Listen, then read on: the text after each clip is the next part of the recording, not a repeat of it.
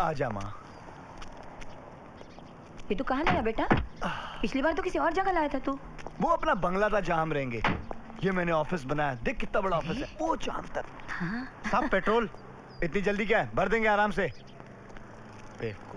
Welcome welcome welcome Raju साहब। कब आए कलकत्ता से? ट्रेन लेट तो नहीं थी ना? प्लेन से आया हूँ। सुबह की प्लेन से सीधे माँ को लेके आया हूँ। माँ ये कॉन्ट्रैक्टर है जो मिट्टी और वो ईंटें लगाता है ना बिल्डिंगों में। वो जी नमस्ते नमस्ते नमस्ते। हमेशा आपके बारे में बात करते हैं। आप भी कलकत्ते में रहते हैं? नहीं, कोलीवाड़ा में। मेरा माँ, इनका कहने का मतलब ये है कि माँ कल शाम को मैंने इनको फोन किया था ये पूछने के लिए कि बिल्डिंग कैसी चल रही है। आजा आजा बेटा, आजा आजा।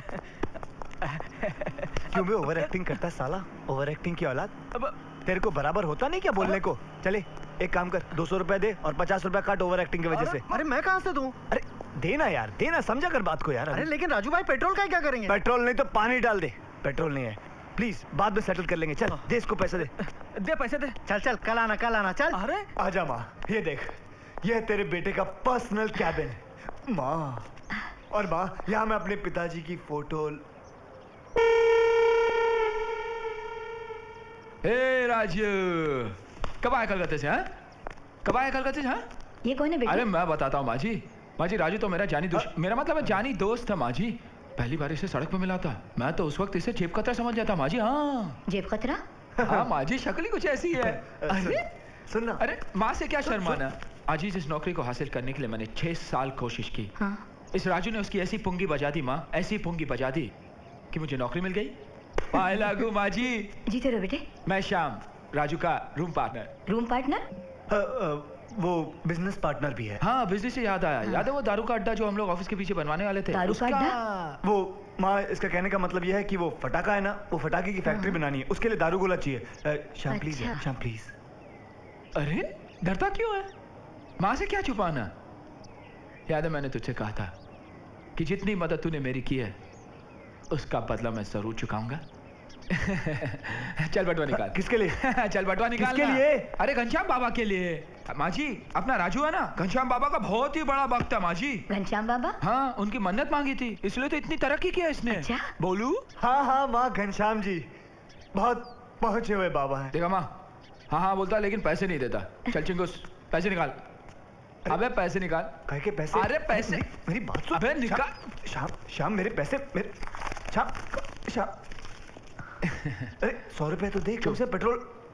चाहूं तो तेरा भांडा फोड़ सकता हूँ, लेकिन माँ जी की आंखों में खुशियों के आंसू देखकर मैं उन्हें पहुंचना नहीं चाहता। अरे समझे? अच्छा माँ जी। अच्छा बेटा।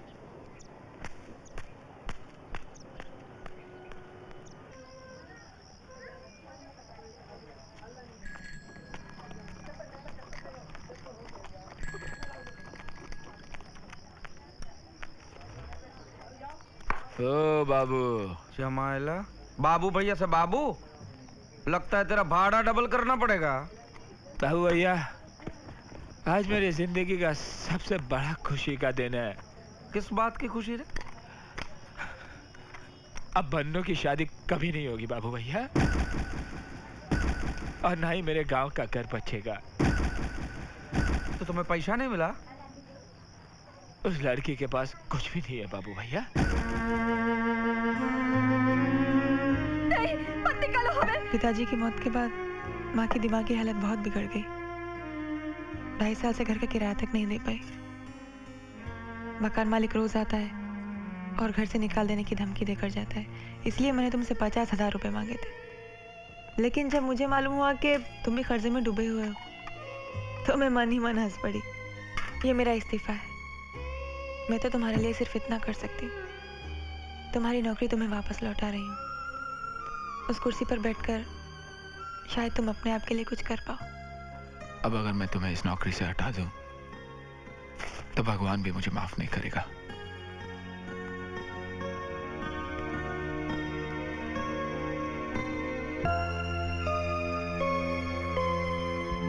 लेकिन उसके पास कुछ भी नहीं है बाबू भैया, सिवाय एक बहुत बड़े दिल के। ये दिल का बड़प्पन का बात तू मेरे को मत बोल। दिल तो मेरा भी बहुत बड़ा है, लेकिन मेरे पास पैसे हैं। अरे देवा, ये तेरा बात सुन के मेरे को पेट में आग लगा रे। ला रे बोतल मेरे को दे। अरे अकेला पिएगा मर जाएगा, चलो बोतल दे। अरे बाबू भैया, मैं आपको एक बात बताना चाहता हूँ। क्या? जानते हो मैंने ये शराब किसके पैसे से खरीदी? किसके? दुनिया के सबसे बड़े कमीने के पैसे से, इस कमीने के पैसे से। बाबू भैया, ये कमीना हमें कभी भी धोखा दे सकता है।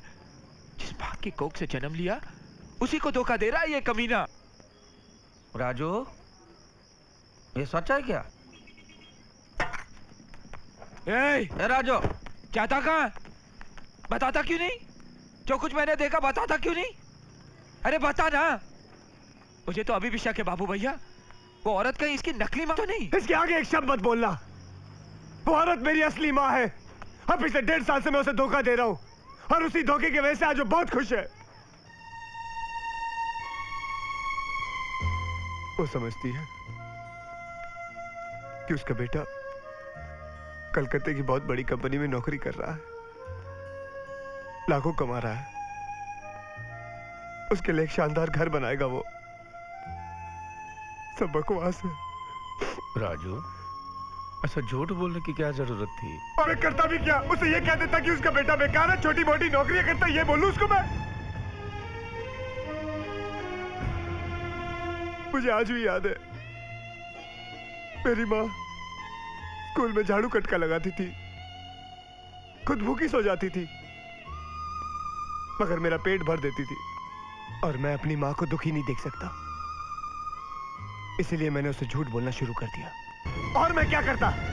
उसे ये कह देता कि वो जो सपने देख रही है वो सब बेकार है, फिजूल है। ये कह दूं उसको मैं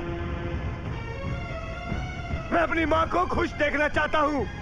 उसके लिए मुझे पैसा चाहिए और पैसे के लिए मैं कुछ भी कर सकता हूँ। किसी को भी धोखा दे सकता हूँ मैं, किसी को भी धोखा दे सकता हूँ, किसी को भी धोखा दे सकता हूँ मैं, किसी को भी धोखा दे सकता हूँ मैं, किसी को भी धोखा दे सकता हूँ, किसी को भी धोखा दे सकता हूँ मैं।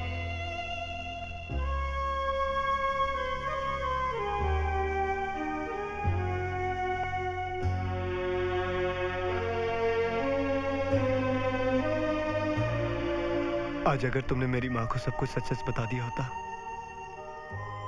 तो रात से पहले ही मर जाती। मैंने तुम्हें बहुत दुख पहुंचाया है।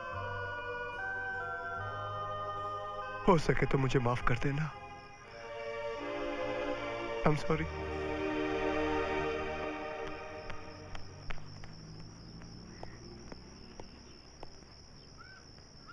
तू अब भी उससे नाराज है?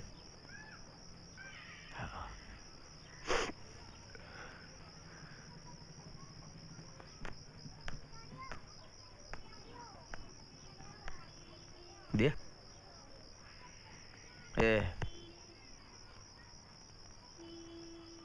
गे गे गे रे, चल।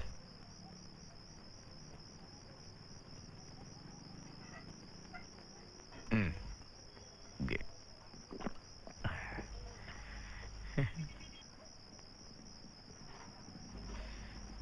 देख, तेरे को भी दुख है, इसको भी दुख है और मेरे को भी एक छोटा सा दुख है।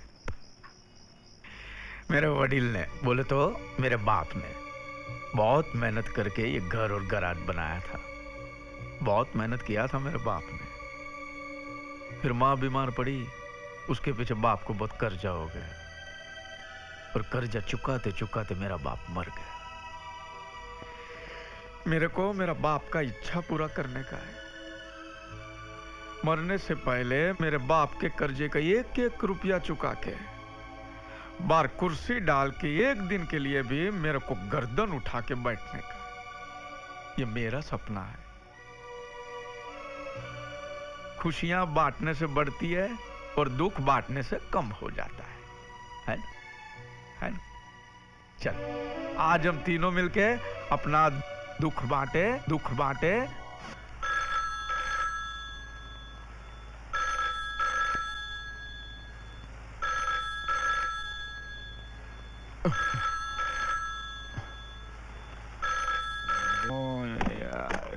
हेलो हेलो, कबीरा स्पीकिंग। Okay okay. सही लगा ना? बेवकूफ, वो नंबर सही नहीं था। नंबर चेक कर। Yes sir. नंबर तो सही था, स्टार फिशरीज का। Star star star star star star fisheries, same number, 3 टकले 1212। क्या? 8881212। ये कौन है यार रात को कबीरा? हे, फोन बंद करने से पहले मेरी बात सुन। हाँ सुनाओ भैया। देवी प्रसाद, कि उसकी बेटी टिंकू को छुड़ा ले, बस। ये बच्चे भी रात को क्या खेलते हैं। क्या हुआ? लगता है साला बुड्ढा सठिया गया है। भैया एक नंबर जाके आता हूँ।